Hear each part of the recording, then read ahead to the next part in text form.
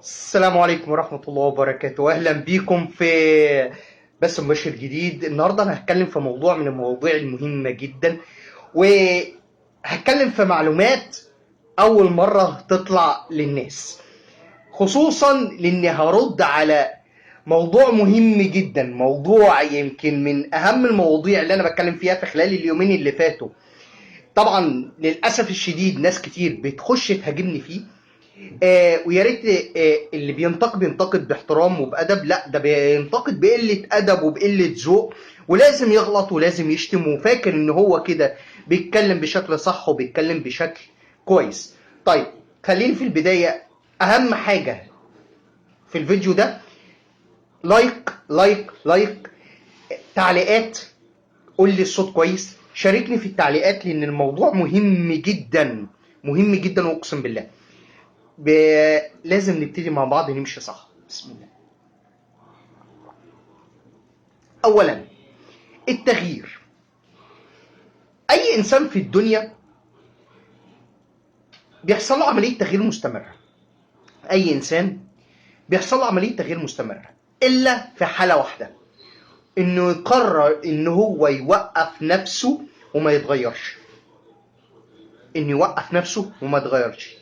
فاما هيمشي في سكه التغيير اي التطوير، او العكس ان هو يمشي في سكة الانحدار، فيخش في مرحلة من مراحل ان هو يزداد سوء ويمشي في الطريق اما في السكة اليمين او في السكة الشمال من الاخر.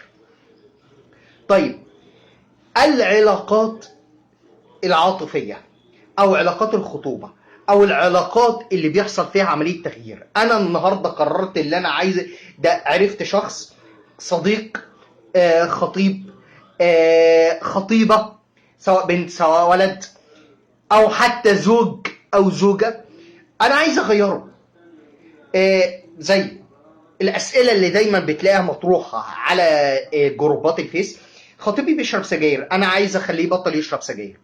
خطيبتي تلبس بناطيل او بتلبس ضيق، انا عايز اغيرها اخليها تلبس خمار، تلبس نقاب. وده اسئلة واقعية، وعايزين خلي بالكم انا هتكلم في النتائج بعد الجواز اللي بيحصل.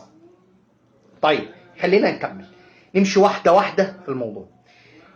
دلوقتي انا عايز اغير الطرف التاني، اغير صديق، اغير خطيب، اغير خطيب. هل العلاقة دي اصلا علاقة صح؟ هل ممكن ان انا اغير شخص؟ الاجابة القطعية لا، العلاقة دي علاقة فاشلة وعلاقة مدمرة. ليه يا عم حسين؟ ليه علاقة فاشلة وعلاقة مدمرة؟ لأنها العلاقة دي أصلا أنت داخل بفكرك الخاص، بمنظورك الشخصي، عايز تغير شخص عشان يكون زيك، عشان يكون زيك. طب السؤال هنا، هل هو عنده استعداد للتغيير؟ هل هو مؤهل للتغيير؟ هل انت عندك طرق اصلا صح انك تساعده انه يغير نفسه؟ مش انك تغيره، انك تساعده انه يغير نفسه، وده المنطق او المصطلح الصح.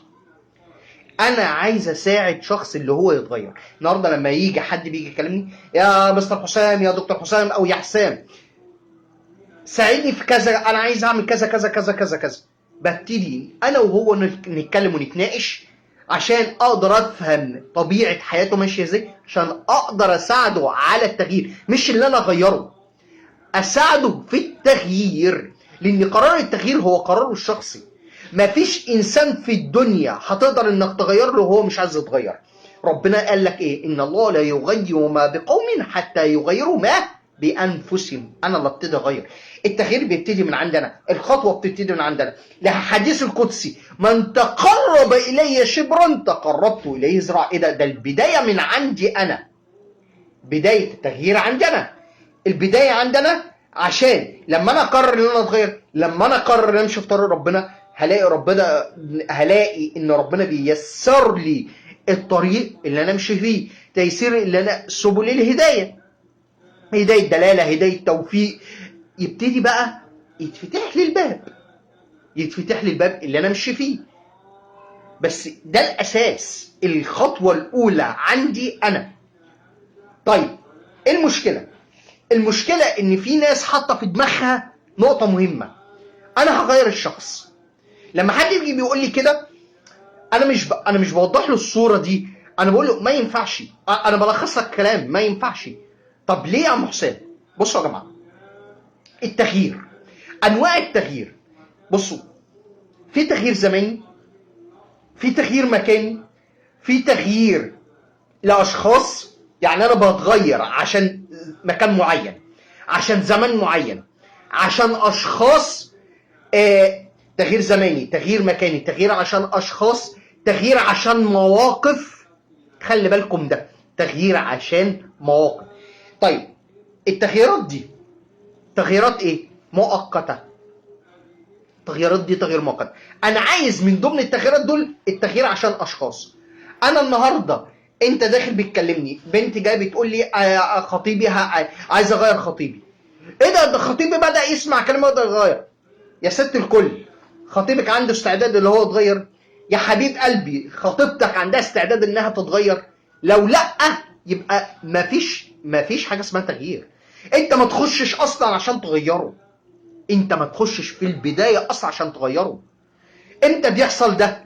لما انت لما تلاقي انا محتاجك انك تساعدني ان اتغير، محتاجك انك تساعدني ان انا احفظ قران، انا اللي اطلب منك المساعده للتغيير، مش ان انت تقول انا مش عاجبني انك بتشرب سجاير، انا عايز اخليك تبطل السجاير. ببساطه شديده مش هيبطلها. طب لو بطلها هيبقى تغيير مؤقت، تبطيله مؤقته، توقف مؤقت، وهيرجع اسوأ من الاول، وهيرجع أسوأ من الأول. ليه؟ الكبت بيولد انفجار، لأن ببساطة شديدة هو ما اتغيرتش التغيير الصح. فبالنسبة لي أول أساس لأول قاعدة، ما خشش علاقة تغيير، خشش علاقة اللي أنا أغير فيها الطرف التاني، ودي أول نقطة. طب النقطة التانية بداية التغيير بين الشخص نفسه. أنا عايز أتغير، أنا عندي الرغبة، فببتدي أطلب المساعدة في التغيير. عشان تيجي النقطة الثالثة، هو أي حد ممكن يغير أي حد؟ لا خالص. ليه؟ لأن ببساطة شديدة التغيير ده له طرق، التغييرات دي ليها طرق وليها مساعدات. مش أي حد اللي أنا ابتدي اللي أنا أغيره، مش أي حد اللي أنا أقدر اللي أنا أساعده أصلا، مش أي حد اللي أنا أقدر أساعده أصلا. لما أبدأ أفهم الكلام ده، هحط نفسي في جزئية. طب إيه المشكلة يا عم حسام لما أنا أخش مع شخص في التغيير؟ أولا رقم واحد كده، هستنزف نفسي. اول استنزاف بالنسبه لي استنزاف شعوريا، هبتدي ازعل واتضايق واتعصب. انا مش قلت لك اتغير، انا مش قلت لك تبطل، انا مش قلت لك تبطلي، انا اول حاجه استنزاف شعوري، العصبيه، النرفزه، اللي ابتدي بقى ايه، سب وشتيمه وخناقات وضغوطات والكلام ده كله. فده رقم واحد. رقم اتنين، استنزاف فكري، استنزاف ذهني. بدات ان انا اتعب ذهنيا من كتر التفكير فيه، او ازاي اغيره وازاي اساعده ان هو يتغير والكلام ده كله. تالت استنزاف، وقت. انا بقالي سنين معاه مش عارف اغيره. انا بتكلم هنا انا بتكلم هنا فين؟ انا بتكلم هنا في تغيير علاقات صداقه، علاقات عاطفيه. انا بتكلم في علاقات صداقه، علاقات عاطفيه.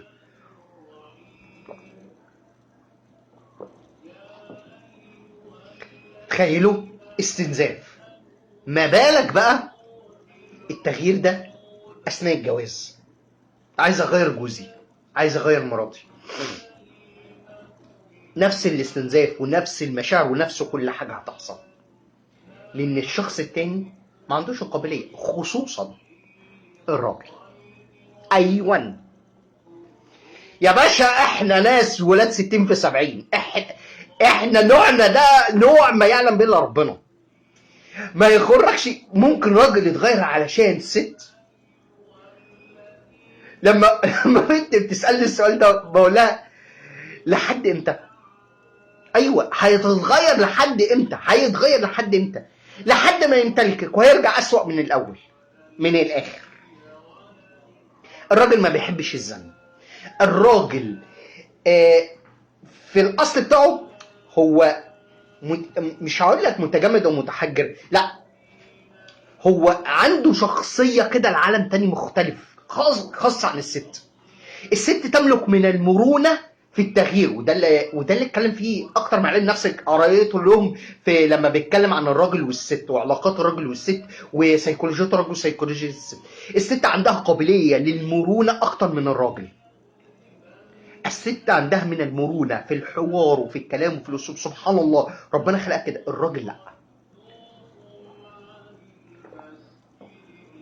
فلما تيجي تقول لي راجل يتغير، محتاج وقت ومحتاج تدريج ومحتاج صبر ومحتاج خطوات ومحتاج حلول ومحتاج كل حاجة علشان ان الشخص ده يتغير ويكون عنده الرغبة منه لنفسه اللي هو يتغير. هو مش مستنيك ان انت تغيريه، مش مستنيكي ان انت تغيريه. مش هيتغير، صدقيني مش هتغير. بيشرب سجاير وتقولي مع الوقت هيبطل سجاير، مش هيبطل. بيكلم ستات وبيكلم بنات وشات، مش هيتغير. بيتفرج على موقع اباحيه وبيعاكس بنات ومش عارف ايه، مش هيتغير. بيشرب مخدرات، مش هيتغير الا لو هو عايز التغيير، راغب في التغيير ده من جواه. ان تصدق الله يصدق على طول. لو هتصدق مع ربنا، ربنا هيصدقك وهيساعدك في التغيير. لكن انك تيجي تنتظر ان الشخص اخر يجي يغيرك، مش هيتغير. اتخيلي انت كده داخله علاقه عايزه تغيريه، زي ما كميه المشاكل والاستشارات اللي بتخشي، ده بيشرب سجاير، ده مش عارف بيعمل ايه، ده ايه ده ايه ده ايه، بيكلم بنات. يعني الغالبيه بين التدخين وكلام البنات. ولا نقطه ثالثه، العصبيه، ده عصبي. الثلاثه دول من ابرز الثلاث مشاكل اللي بتجيلي في الاستشارات واللي انا بشوفهم في جروبات اللي بتتكلم في العلاقات العاطفيه وفي الخطوبه والكلام ده. هل هو بيتغير؟ الاجابه القطعيه لا. الاجابه القطعيه لا. النتيجه يا بنت الحلال، لو انت مخطوبه لواحد فيه الثلاثه دول، ما تتعبيش نفسك وانجزي وفشكلي الخطوبه. ومنها حتى الكذاب، الشخصيه الكذابه، الشخصيه المتلاعبه. انا بجيب لك من الاخر، ما تتعبيش نفسك. تاني، ما تتعبيش نفسك. الشخصيات دي ما بتتغيرش. الشخصيات دي مش هتتغير الا لو هو عايز، عنده رغبه في التغيير. ما عندوش رغبه في التغيير، لو وقفت على شعرك كله مش هيتغير. في ناس هتيجي تقول لي طب يا عم حسام، ما في ناس اتغيرت. ايوه، عشان عندهم رغبه في التغيير. وفي ناس تغييرها تغيير مؤقت. ما انا لسه بقول لك، التغيير عشان شخص ده تغيير مؤقت، مش تغيير. ممكن تغيير، بصوا يا جماعه، في تغيير لحظي، في تغيير مؤقت، في تغيير دايم. التغيير اللحظي انا هتغير عشان بس ايه، حصل موقف فضايقني، فانا هتغير، بدات سلوكياتي تتغير عشان الموقف ده. ممكن مع الوقت ارجع زي الاول. التغيير عشان صديق، طول ما انا في وسط الصداقه دي، او تغيير عشان شخص بحبه، طول ما انا مع الشخص اللي بحبه ده انا متغير. طب لو الشخص ده انا بعدت عنده، ترجع ريما لعادتها القديمه. هتلاقي بنات داخله بتقول لي بقالي سنين عارفه ان هو بيكلم بنات، وكل مره يقول لي والله ومش عارف ايه ويديني مليون مبرر. بقول لها ببساطه شديده مش هيتغير. هو مش عايز تغيير مؤقت. ده رجعت ريما لعادتها القديمه بكبت وانكسار، هيخليك ان هو انت ايه، انت بتشد في شعرك. النتيجه لو انت متعشمه ان هو هيتغير، احب اقول لحضرتك النموذج بعد الجواز مش هيتغير. انا كلمني، بصوا بقى، دي نماذج لارض الواقع لناس كلمتني شخصيا. انا مش هقول لك اللي انا شفت على السوشيال ميديا، لا، اللي الناس دي كلمتني شخصيا. واحد ابرزهم اللي انا دايما بضرب بيه المثل في محاضراتي، ست عندها 58 سنه وجوزها 62 سنه ولا 63 سنه، لحد السن ده بيكلم ستات على السوشيال ميديا، بيكلم بنات على السوشيال ميديا، وفيهم اللي بينزل يقابلهم. انتم متخيلين يعني عامل ازاي؟ سالت السؤال ده، داخله بقى بتشتكي لي قلت لها هو انت اتجوزتي على كده؟ قالت لي اه، وامي قالت لي لا مع الوقت وتعامل المسؤوليه هتغير والكلام ده كله. ده 62 ولا 63 سنه ولسه ما اتغيرش. انتوا متخيلين سنه وصل ده السن. طيب واحده تانية بتقول لي احنا متجوزين وعندنا احفاد، ولسه لحد النهارده عنده احفاد، ولسه لحد النهارده بيكلم ستات على النت وبيتكلموا في علاقات جنسيه. ده ايه اهو. هي وكانت متعشمه اللي هو كان يتغير بعد الجواز. قالت لي ايه، انا كنت فاكره ان هو في بدايه الجواز ده كده لما نتجوز هيعقل وما عقلش. خلفنا قلنا لما نخلف هيعقل، خلف وما عقلش. ولادنا كبروا ودخلوا كليات، فاكر انه هيعقل ما عقلش. ولادنا اتجوزوا وخلفوا وبقى جد عقل ما عقلش. ما عقلش، مفيش تغيير.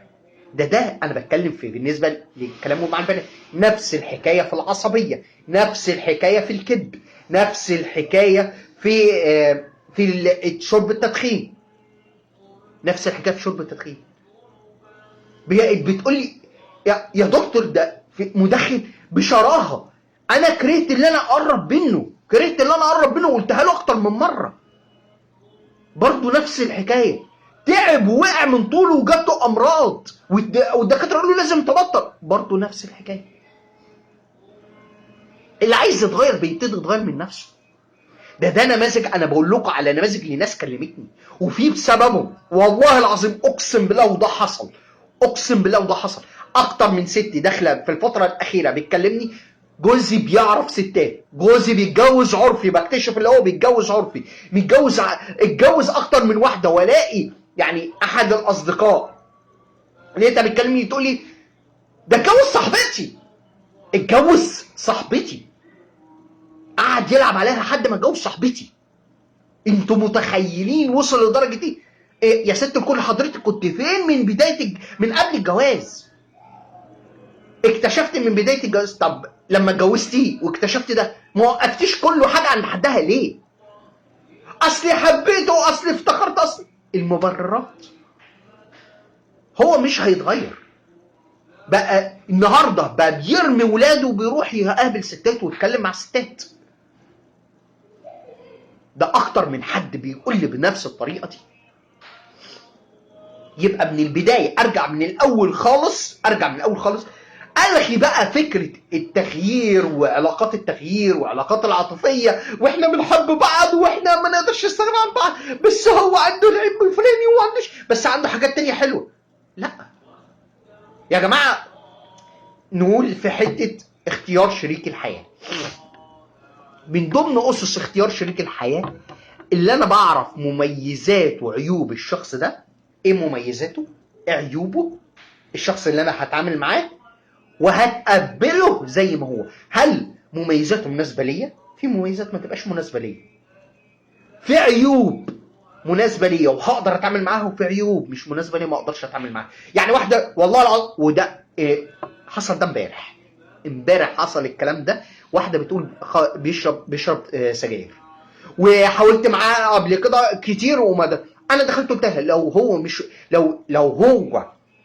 لو التدخين ده اساسيه عندك افسخ الخطوبه فورا. لقيت بنت داخله بتقل ادبها معايا، وانت بدل ما تقول لها مش عارف ايه انت بتقول ايه ومش عارف. قلت لها يا فندم انا بتكلم في الصح، هو مش هيتغير. انت عارف بعد الندب اللي هي ده والكلام بدات تحترم نفسها في الكلام. مش بس كده، ده البنت صاحبه المشكله دخلت في التعليقات عندي ماشي وهي بتكلم في الكلام اللي بينا، بتقول لها والله انا حاولت معاه كتير وده ضروري وفعلا انا نويت ان انا افسخ الخطوبه لان انا تعبت من ده. ده اللي انا بقول لكم عليه. فانا المفروض بحط قواعد اساسيه للاختيار شريك الحياه. في عيوب ما ينفعش. لو يا عم حسام تنصح اي بنت ايه العيوب اللي ما تقبلهاش؟ من الاخر بتاع البنات تمام، لان بتاع البنات ده لكل الناس. شخصيه بتاع البنات او اللي احنا بنقول عليه عندنا كمصريين النسوانجي، ده شخص عنده عقده نقص. الشخص ده عنده عقده نقص، ده عنده عقده نفسيه كده لازم يتعالج، عنده طبيب نفسي، عنده عقده نقص، فده لازم يتعالج. فما تقبليهوش. المدخن ما تقبليهوش. ليه؟ المدخن، ما في ناس بتدخن يا باشا هم حرين، انا بتكلم في الصح. يكفي في التدخين انها حرام، ارتكاب معصيه لله. مش هقول لك بقى انها تبذير وانك بيصرف عليها بادمان وانها بتسبب اكتر من 12 مرض سرطان وبتجيب عجز جنسي. بتجيب بتعمل ده ويكفي انها بتجيب جلطتين، جلطه المخ وجلطه القلب. وجلطه منهم انا عشرتها مع اقرب الناس ليا، جلطه القلب. يعني شفت النموذج ده بعيني. فما تجيش انك النهارده هتيجي تحاولي. في ناس ممكن بس نسبه التغيير بتبقى قد ايه؟ انا مش هخش احتماليه نسبه التغيير ما تكملش 1-2% عشان اغير الطرف الثاني، و98% ولا 99% انا بفشل فيها. فلازم هنا وقفه، لازم هقف وقفه ستوب. انا مش هختار الشخص ده. يبقى الشخص اللي بيكلم بنات، الشخص المدخن، ثالث نقطة الشخص الكذاب، 4 الشخص اللي ما بيصليش. الشخصية الكذابة دي عنده مشكلة أو عنده اضطراب نفسي، عنده مشكلة نفسية لازم يتعالج منها، اللي دائما الكذب. وعندك الشخصية اللي ما بيصليش، الشخص اللي ما بيصليش مرفوض. طب احنا يا شباب، انا كراجل، طب تنصحني اخد مين؟ ما اخدش مين اللي فيه عيوب ايه؟ بنت امها، ده من ضمن الشخصيات. شخصيه اللي بنت امها يعني في الرجاله. على فكره رجاله وستات، ابن امه او بنت امها، ابن اخته او بنت اختها. بمعنى ايه؟ اللي اسرارها وكل حاجه ما تمشيش غير بكلام امها وكلام اختها. اللي ما عندهاش شخصيه، هي بتمشي بكلام امي، كلام اختي، كلام اختي ده اللي هو راجل او ست، دي مصيبه سودا. يبقى ابن امها. البنت اللي ما بتصليش، الشخص ما عندوش اخلاق، سواء بنت او ولد. اللي بيتكلم ولاد او اللي بيتكلم بنات مرفوض. اللي بيتكلم ولاد وبيتكلم بنات مرفوض. الشخصيه الكذابه. دول ملامح مناسبه للفيديو. ما تحاولش تغير الطرف تاني. يا كل ست متجوزه ما تحاوليش تغيري جوزك لانه مش هيتغير. كل اللي عليكي حاجه من الاثنين، اما تصبري وتتجاهلي وتكملي حياتك وتعتبري اللي هو خلاص بدا يخرج، هو قراره بدا يخرج من حياتك، وكملي انك ارمله، انك مطلقه وكملي حياتك، او انك تدعي له وتصبري، او انك تطلقي. ده الستات دي ماشي. لان غالبا عايزين حل. ممكن تروح المرشد علاقات اسريه، تقعدوا انتوا الاثنين ويبتدي يتكلم معاكم انتوا الاثنين ويتابع معاكم. ده اساس. طب في العلاقات العاطفيه لا يا باشا، من اولها حضرتك اكتشفت فيك العيوب دي، شكرا سلام عليكم. سواء بنت او ولد. انما علاقه التغيير يعني واحد داخل بيستشيرني بيقول لي انا عايز البسها حجاب. هو حضرتك ما خدتش واحده محجبه ليه؟ هل من حقك انك تخش العلاقه دي؟ لا مش من حقك. انا بقولها لكل راجل اهو او كل شاب، مش من حقك انك تغير بنت. لو هي وانت انا بتكلم هنا اللي هو داخل يخطب، انا داخل اخطب اهو، لقيت واحده لبسها كذا، لبسها مش عاجبني، لبسها مش مناسب ليا. يا عم واحده محتشمه، واحده مختمره، وانا عايزه تسيب شعرها وتلبس بناطيل، في كده على فكره. في كده. وفي بنات بتخش تشتكي له وموجوده في الجروبات، خطيبي عايز نقل على الاشرب وعايز نلبس بناطيل. بيقول لي فك كده وفرفشي، احنا عايزين نعيش سننا وعايزين نعيش حياتنا. في كده، في اللي كده، وفي اللي بيفكر بالطريقه دي. يا باشا انت مالكش سلطه على خطيبتك ولا ليكي سلطه على خطيبك. الست بصفه عامه ملهاش سلطه على اي راجل. مالكيش اي سلطه على الراجل نهائي. فمن الاخر غالبا مش هتعرفي تغيريه. نادرا جدا لما تلاقي واحده غيرت واحد، نادرا. اما في المجمل في العام صعب، صعب جدا. طب دورك انك تعملي ايه؟ عليكي بالدعاء وانك تحسني اختيار شريك الحياه المناسب ليكي. انما اخش علاقه انا هكون متدمر فيها ومأذي فيها، دي اسمها علاقه مسمومه. على طول دي علاقه مسمومه. علاقه مسمومه. العلاقه دي هتأذيني، هتستنزفني. انا في بنات بتخش تقول لي انا تعبانه، مش قادره اتكلم حتى، من كتر اللي العلاقه اللي دخلتها استنزفتها نفسيا وجسديا وذهنيا ووقت، ومش قادره تكمل. يا ست الكل كان من الاول من البدايه اكتشفتي ده قطع على طول، قطع على طول. مش اللي انا اتمادى تقول لي انا قعدت معاه 3 سنين و4 سنين. ليه؟ ولو قعدت معاه 20 سنه مش هيتغير. لازم نفهم الكلام ده. العلاقات دي علاقات مسمومه فاشله هتدمرك. يعني انا في الملف التعافي من العلاقات المسمومه ان شاء الله هحاول ان انا اعمل فيديو عنها، من الابحاث اللي انا بدات اللي انا شغال عليها دلوقتي في قرايه للكتب اللي بتتكلم عن التعافي والتعلق والكلام ده. ماشي. مفيش حرفيا غالبيتهم بيكون متدمر. الواد بيبقى عايش حياته والدنيا قشطه ومع اصحابه بيسافر وبيخرج وبيتفسح وهي قاعده محروق دمها. طب ليه يا بنتي؟ ايه اللي يجبرك على كده؟ اصل انا بحب. لا انت ما بتحبوش، انت اللي انت فيه ده مش حب، ده فراغ عاطفي. لما واحده تبقى حياتها كلها لفت حوالين راجل، حوالين طرف تاني، ده اصلا دي كده عندها كارثه. دي كده عندها كارثه. لازم وقفه. انها تخش تتعلق بواحد، ده مصيبه سودا بقى تانية. انها تخش تتعلق بيه على السوشيال ميديا. اتعرفت عليه على الفيس، على الواتس، على تويتر والكلام ده كله. ماشي. وبداوا يتكلموا واتعلقت بيه. ده وهم. انت متعلقه باوهام، انت عايشه بفراغات. اوعي تفتكري انك ماشيه كده صح. لا، انت بتدمري نفسك، انت عايشه في عالم وهمي.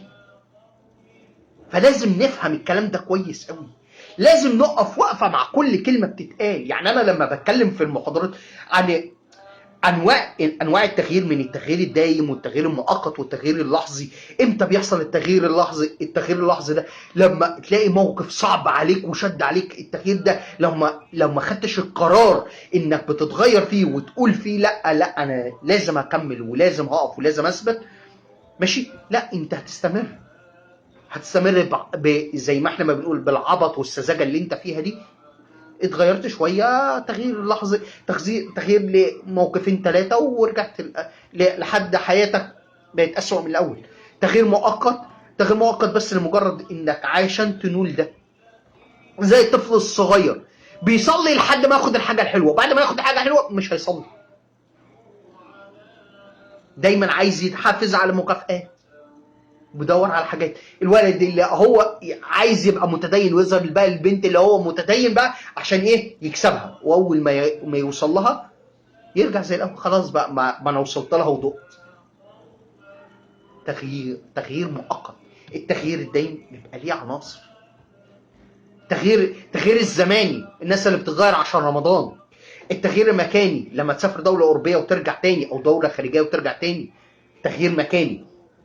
تغيير عشان اشخاص، سواء صحبه، سواء عريس، سواء عروسه، سواء علاقه عاطفيه. تغييرات مؤقته. تغيير عشان مواقف حصلت او كلمه اتقالت. تغيير عشان تحفيز، تغييرات التحفيزيه. لو انا شديت حلمي سمعت فيديو وحضرت محاضره تحفيزيه تغييرات مؤقته. لو ما عندكش الاساس فيها، لا حضرتك كده بالسلامه. حضرتك ما عندكش التغيير وبتمشي خطوات عمليه، انتهت، مش هتتغير. اوعي تفتكري انكم هتقدروا تغيروا شخص طرف تاني. بنت سهل من هي تتغير؟ سهل، اللي بنت ممكن تتغير لو اتيحت ليها فرصه، ممكن تتغير، وممكن تقنعها بالتغيير عن الراجل. لان الراجل فكره الانا اللي مزروعه عنده جواه بتبقى صعبه جدا ان هو يتغير عشان واحده ست، او بيتغير بصفه عامه، لان التنشنه والقوه عنده بتبقى صعبه شويه. الانا عنده بتبقى عاليه قوي في حته التغيير، فلازم وقت. انا عايز اتغير، بتغير انا عشان خاطر نفسي. انا كحسام بتغير عشان خاطر نفسي. ما حدش جه قال لي يا حسام تعالى اقعد اقرا. لا، انا بدات ان انا اتعلم القراءه عشان حابب ان انا اقرا، حابب ان انا اكون قارئ، حابب ان انا اتعلم من مصادر العلم القرايه. فانا بدات ان انا اقرا واتعلم عشان خاطر نفسي، احافظ على الصلاه عشان خاطر نفسي، ما بدخنش عشان خاطر نفسي. ده الاساس بتاعي. بحط قيمه عليا اللي هي ربنا. يا رب انا هتغير علشانك، ودي من اسباب التغيير. بتغير رب علشانك، ثم عشان خاطر نفسي وعشان خاطر حياتي، بس انتهت. انما هتغير عشان شخص تاني، تغييرات مؤقته في الفتره اللي انا هكون فيه معاه مؤدب ومحترم وابن ناس. بعد ما اسيبه بتقلب 360 درجه. وفي ناس كده. قال لي واحده بتقول لي ده انا كنت فاكراه ان هو اتغير، لقيته بعد الخطوبه بقى اسوأ من الاول. في الخطوبه، في بدايه الخطوبه كان كويس معايا قوي وكان بيتعامل كويس. هي دي مش طبيعته. لان في حته لازم نفهمها، حته التقمص. يا جدعان علم النفس بيتكلم في الجزئيات دي. لو فهمناها في العلاقات العاطفيه دي كارثه. انا متقمص، باخد صفات مش صفاتي. الواد الكيوت، الواد المحترم، الواد المؤدب. انا متقمص الشخصيه دي علشان اظهر بفكره معينه. خلاص كسبت واتخطبنا، برجع للشخصيه الاصليه بتاعتي. انا كنت كده، مش هو اللي اتغير، لا هو رجع لطبيعته. ليه؟ ده كان في فتره الخطوبه كان كويس، وفي الجواز لقيته اتقلب 360. لا، هو ما اتقلبش. هي دي كانت شخصيته الاصليه. هو كان بيتعامل معاكي كده قدامك بس، لكن من وراكي وبعيد عنك حضرتك مش قاعده معاه 24 ساعه. فهو كان عايش. افهموا الكلام ده كويس. اتمنى ان احنا نفهم وان احنا نتعامل صح. اتمنى ان احنا حتى في النقد، يا عمي انت مش موافق على كلامي، انتقد باحترام، انتقد باحترام، نتكلم باحترام. مش لازم قله الادب وقله الذوق حتى في الردود. لازم نتعلم يا جماعه، ونتعلم ان احنا نشجع بعض. لو في حاجه غلط، والله يا مستر حسام، والله يا استاذ حسام، حضرتك غلطت في كذا في الحته الفلانيه، لان الصح بتاعها كذا.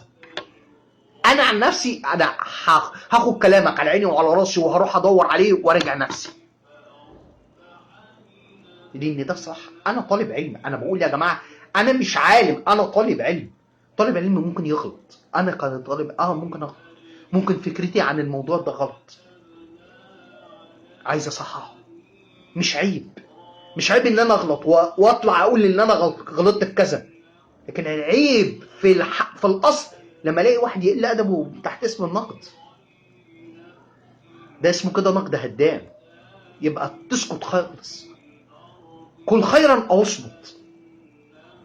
لازم نتعلم ده، لازم نثقف نفسنا في ده، لازم نتعلم عن العلاقات يا جماعه. والله العظيم بجد، والله بجد، عالم العلاقات ده عالم كبير جدا. احنا بنقلد السوشيال ميديا، من السوشيال ميديا، وبنقلد الافلام والمسلسلات بشكل مرعب، بشكل مرعب. لازم نتثقف. امسك كتب واقرا يا جدعان. اديكم مثال بسيط، انا هقول لكم جانب من جوانب المصادر العلميه بتاعتي. اقروا كتب الدكتور محمد طه، دكتور الطب النفسي في جامعه المنيا. الراجل ده من روعه لو قريت مسكت كده قريته، كتاب واحد انا هقول لك على كتاب ذكر شرقي منقرض. الكتاب ده انا بعيد قرايته من الاول تاني. بيتكلم في عقده ابن امه. ده كده بدايه عقده ابن امه. العقده دي من ضمن العقد الكتير جدا اللي هي عقده اديب وجوز امه. انت متخيلين واد يتجوز امه او ام تتجوز ابنها؟ لا، ده موجود في الكتاب. احنا مش فاهمين على العلاقات. عشان كده بقول لكم يا جماعه مفيش حب قبل الجواز، مفيش. لان في حاجات تانية كتير اصلا بتخليك انك عينك في وسط راسك عشان الشخص ده عنده عقده نفسيه ولا لا، الشخص ده سوي ولا غير سوي، الشخص ده ايه عيوبه وايه مميزاته وايه خباياه. تكلم حتى اعرفك من كلامه وسلوكيات، ابتدي احلل واشوف الكلام اللي هو بيقوله ده صح ولا غلط، والكلام متناقض ولا مش متناقض، وافهم الدنيا ماشيه ازاي. لو فهمنا الكلام ده حياتنا هتختلف، واختياراتنا لشريك حياتنا هتختلف، والخطوبه نفسها هتحقق الهدف الاصلي منها اللي هي فتره تعرف وتقييم، مش فتره تغيير. ما اخشش اللي انا عايز اخليها الصحابيه الجليله، او عايز اخليه الصحابي الجليل. زي ما واحده داخله بتقول لي واحده جايه بتشتكي، داخله بتشتكي حرفيا بتشتكي ان هو ما يصليش وهي بتصلي، وهي بتحافظ على القران ومجاوب دروس والكلام ده كله، وهو خالص ضايع ومش عارفه تعمل ايه. هل تديله فرصه ولا كده هتظلمه ولا تفسخ الخطوبه؟ قلت لها انت اسأت الاختيار، ده ما ينفعش معاك كده، انت لازم تاخدي بواحد مستواك الديني. واحد برضه تاني نفس الحكايه دخل بيشتكي اللي هو ملتزم والكلام ده كله، مش ملتزم. قلت له انت اسأت الاختيار، انت بكده بتتعبوا يا جماعه. لازم نفهم الكلام ده كويس، لازم نتعلم ونثقف نفسنا. يا جماعه اقروا وتعلموا ثقافه نفسكم بالله عليكم. الدنيا مش ناقصه خراب اكتر من الخراب اللي احنا عايشين فيه. لما نسبه الطلاق بتكسر حاجز ال 85%، يا جدعان نسبة الطلاق وصلت النهارده كل 3 دقايق 10 اكتر من 10 حالات طلاق. ده انا قريت احصائيات ونزلتها عندي على الصفحة من المواقع الرسمية. انا بقيت عمال الطم، عمال الطم. ليه؟ ليه؟ عشان اسأنا الاختيار. من احد خراب البيوت اساءة الاختيار. اتعلموا اختاروا صح، اتعلموا قراراتكم صح، اتعلموا ان ما تخشوش علاقة تغيير عشان هتدمركم، عشان تسعى بعد كده انك تتعافى بسرعة. اتمنى ان احنا نفهم، اتمنى ان احنا نتعلم. بكده انا خلصت معاكم البث النهارده والفيديو ده. يا رب تكونوا اتعلمتوا استفدتوا وانا استفدت انا كمان. ما تنسوش تعليقات ولايكات يا جماعه، بالله عليكم دعموا شير شير شير، لان الفيديوهات دي مهمه جدا جدا جدا. واشوفكم بفيديو جديد، ويا رب نتقابل دايما على خير. السلام عليكم.